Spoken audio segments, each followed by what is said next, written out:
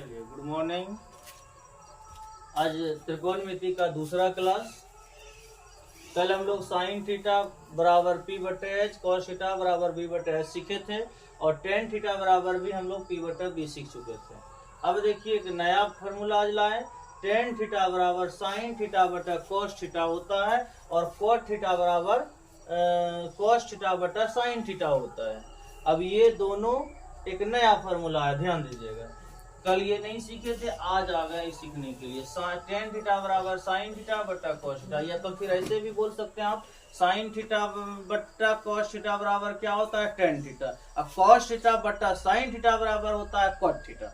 बस ये दो फार्मूला है। यहाँ से हमने एक को प्रूव किया, इसको आरएचएस से लेके चला। साइन थीटा बटा कॉस थीटा, साइन थीटा बटा कॉस थीटा, साइन थीटा का होता है पी बटे एच और कॉस थीटा का होता है बी बटे एच, और भाग का उल्टा गुना कर दिया, एच एच कट गया, खाली बच गया पी बटा बी, और पी बटा बी क्या होता है, टेन थीटा। ये प्रूव हो गया। इसी प्रकार से आप इसको प्रूव कर लीजिएगा।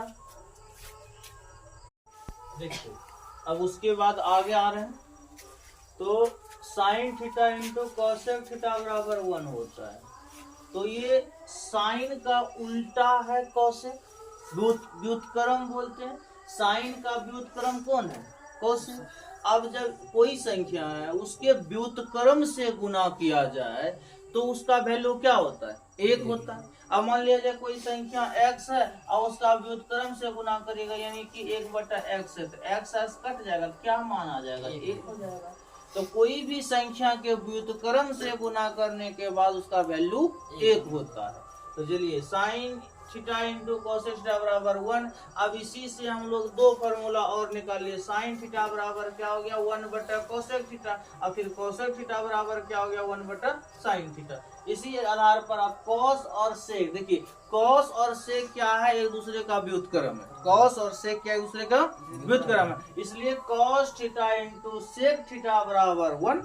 अब कॉस थीटा बराबर क्या हुआ, 1 बटा सेक थीटा, और फिर सेक थीटा बराबर 1 बटा कॉस थीटा। अब यहाँ ये टेन और कोट एक दूसरे का विपरीत है, टेन और कोट एक दूसरे का विपरीत है। तो ten into coat, tan theta into cot theta बराबर 1 हो गया, और टेन थीटा बराबर 1 बटा कोट थीटा, और कोट थीटा बराबर 1 बटा टेन थीटा। याद कर लीजिएगा अच्छे से।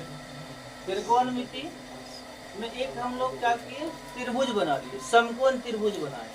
अब समकोण त्रिभुज बनाए तो उसमें एक रेखा सीधा होती है, एक रेखा लंब कर्ण का होता है, एक आधार का होता है। तो ध्यान दीजिए, जब समकोण त्रिभुज जब बनाए तो यहाँ हम लोग 90 डिग्री रखे हैं, तो 90 डिग्री के सामने वाले को जो रेखा होती है वो क्या होता है, कर्ण होता है।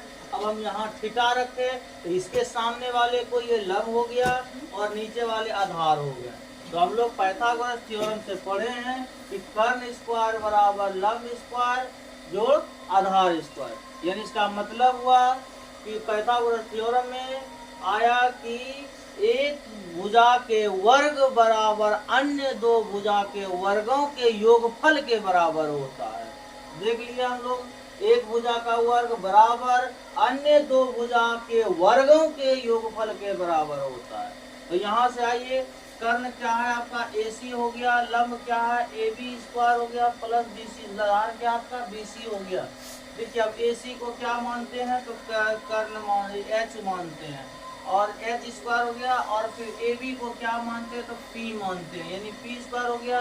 BC को क्या बोलते हैं, BC को यानी आधार में B बोलते हैं, तो B का स्क्वायर हो गया। अब यहाँ से हम लोग क्या किए कि H का मान निकाले। तो भाई जो इधर बराबर के इस पार है स्क्वायर, तो उधर जब बराबर के उस पार जाएगा तो क्या हो जाएगा, रूट चढ़ जाएगा। तो ये दोनों पर रूट चढ़ गया, तो एक फार्मूला आपका तैयार हो गया यहाँ से।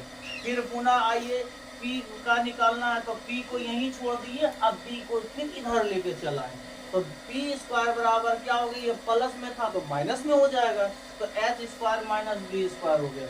अब यहाँ देखिए P बराबर, फिर वही सेम कंडीशन कि P पर स्क्वायर है तो उधर जाएगा तो रूट पर चढ़ जाएगा, तो P बराबर क्या होगा, root under H square minus B square.